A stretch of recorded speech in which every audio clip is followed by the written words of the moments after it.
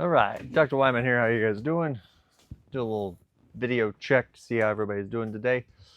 I'd like to talk to you about how does the brain talk to the gut and vice versa, because I don't know if a lot of people understand that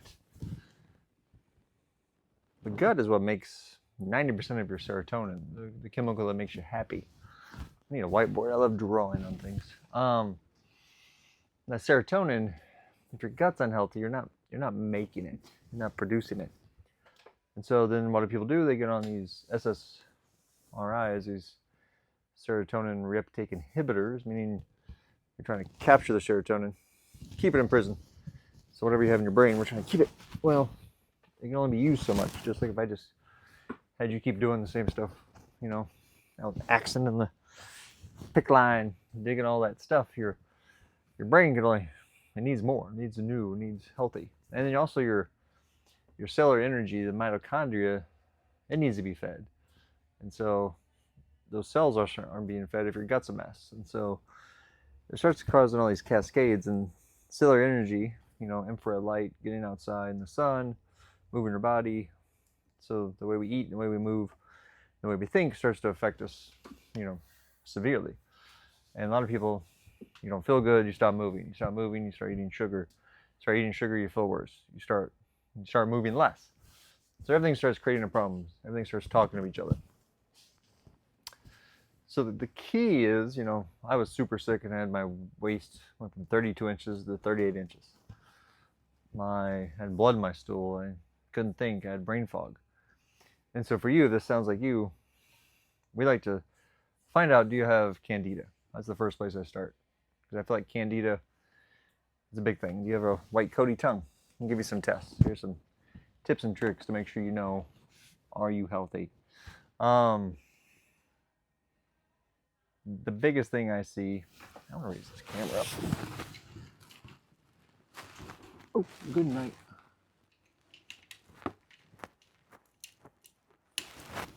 All right, take two. The biggest thing I see is candida. So there's white, you have a white coated tongue. It's not pink like mine. You aren't feeling the best. You get bloated when you eat. And, people taking any history of antibiotics. I have a wellness, if you go to my website, we can put a link in here, onedegreefh.com, but we have a link to our wellness score. And actually will tell me that we need to know more about your gut, your flora, your good bacteria. And taking a probiotic, when you have all this candida stuff, is not going to kill it, it's not going to heal it. Sorry. And that's what a lot of people do. And if you take like kombucha, oh my gosh, that's really not going to feed this problem. It's going to make it worse, actually. It's going to feed the wrong kind of bacteria. Because I remember I used to do kombucha, and anything with any kind of bacteria like that would actually make things worse, not better. One of the biggest things to get you healthy is we got to get that leaky gut, the holes in your gut. We got to get those healed and sealed. And that's what people. And so we do have to kill off the bad problem to heal it. But at the same time, we have to start giving the body what it needs to start sealing itself. And so, beautiful thing I love is I have Renew Gut, which has black cumin in it. Helps with mast cells. Helps because that's what will happen when your guts gets out of mess. Your nervous system gets all messed up, and you start becoming more sensitive to things. Like I almost one time passed out in the bathroom. They just bleached, and what that is your nervous system, your sympathetic nervous system, which is keeping you alive. And the way I explain that is, imagine a grizzly bear came right next to you. Your eyes are going to dilate. You're going to hear it. You're going to smell it. You're not going to be able to digest because you don't eat the bear. You want to run from the bear. And you really don't want to sit and have a nice, relaxing bathroom time when you're supposed to be running from a bear, so your bowels change. So if you live in sympathetic overdrive, this way things start shutting down and things aren't getting better because your nervous system is stressed all the time. And that's what's happening. And a lot of people are living in stress all the time. Like I literally had a patient I saw today who was a new patient about 4 weeks ago, because we just did a new scan. I have this HRV, heart rate variability machine, that will, how much stress are you under? How much brain power do you have? How much can your body adapt to stress? And she was just inflamed, sympathetic overdrive, and she hadn't pooped she said she's never really remembered the last time she pooped normal, meaning pooping every day, one poop every day. And I was like, really? And she didn't believe me, but we started getting her gut healthy, and now she's pooping every day. But we did find through our test she had candida. I also found she had parasites, and so we have to kill those monsters, I call them, and then we have to start sealing the gut at the same time. But we don't want to overkill them. So I've taken like charcoal and all kinds of zeolites and all these things, and it made me worse, not better. So I let's start healing the gut. And as we slowly detox, the body's going to start knowing how to heal itself. And then I also had to teach her their specific ileocecal valve, which is over on your right side, and your sigmoid valve, which is on your left side, your sigmoid colon. So ileocecal valve is where your small intestine and your large intestines meet. Very common place I see inflamed. It's tied in with the nerve where you would like lift your leg. So a lot of people can have back pain, leg pain there when it's inflamed. I see it all the time, and it doesn't get better no matter what they try. And then sigmoid colon, same thing, back pain, hip pain. She even had a rash that wasn't going away, and she's about to go to all these dermatologist visits. And after we got her gut better, the rash went away. And so that's where, if you start understanding the gut and neurology, the body will start healing itself. Because I feel like most of the medical model wants to separate everything. You know, she would go to a dermatologist, and she was going to, they're about to do some surgery. And I was like, what? They would split everything up. You know, we got a colon doctor, we got a skin doctor, we got a heart doctor, there's times and places that's amazing. But when it comes to like really what health is, your body talks to each other. And the simplest way I explain that is, if I hit your toe with a hammer, your heart rate goes up. Didn't touch your heart. And that's the same thing about the bear. The bear doesn't have to touch you. You just have to know it's there. Sometimes you even think about something stressful, your eyes can dilate. Your body can start to actually get more stressed out. So the thoughts we repeat to ourselves, the stories, the hypnosis we do, but the stories we tell ourselves affect us. And so to go back to the gut and healing, you know, I'm giving this woman specific supplements to heal her gut, but at the same time we're doing what's called neural emotional technique, NET. And what it is, your body stores stress in different parts of your body, different stressors, because your nervous system is this vast, and the fascia really has this vast neurological wiring. And very commonly in women I've seen, a lot of these gut issues also have emotions tied with it, especially the valves and even the bladder and the kidneys I've seen very commonly with women. And so we do neural emotional technique. And we got back to things in her past where her brain is remembering those things from the past. So you start to see everything through that lens, everything even in the future. So everything now is seeing it from the past. So it gets magnified, just like a little lens, it gets really big. That's what's happening to her brain. Her brain is seeing everything in a stress model now. And so it's like, say you got made fun of as a kid, now it's hard to have friends. Like, are you really my friend? And because your brain has remembered that. Your limbic system and your amygdala, your stress part of your brain. And women have a bigger limbic system. I've talked about this. This is why they can remember stuff. Like, remember that thing you did 2 years ago? No.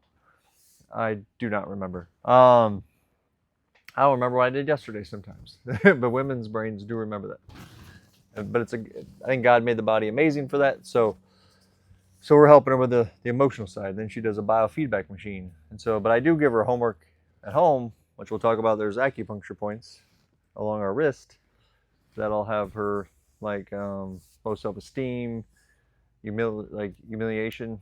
That's the center one here, and it's called over Earth. And so we want to take Earth, and I have her put her hand on her forehead. And she sits and breathes and thinks about what's the worst case scenario, what's going on with that emotion, how do we get better with this? And so with her, and anybody else with a gut problem, I've found there's been an emotional link tied in why they're not getting better. And so we usually heal both parts, not just the chemical. And so if you've been doing a lot of chemistry things but not getting better, I find there's a lot of emotional, neurological components. So I want to heal both of those.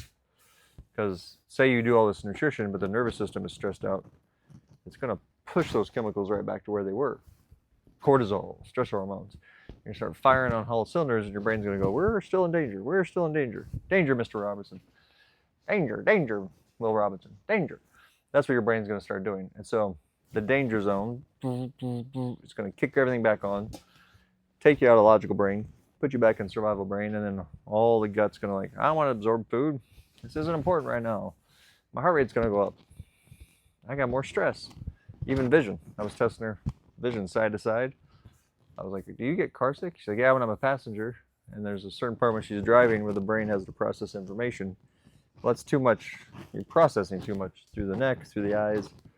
And so we have to also test the cranial nerves, which I'll make a full video about, the cranial nerves. All 12 cranial nerves and how we do exercises. So I'll make a video about that. But in essence, the nervous system is so complex and so amazing.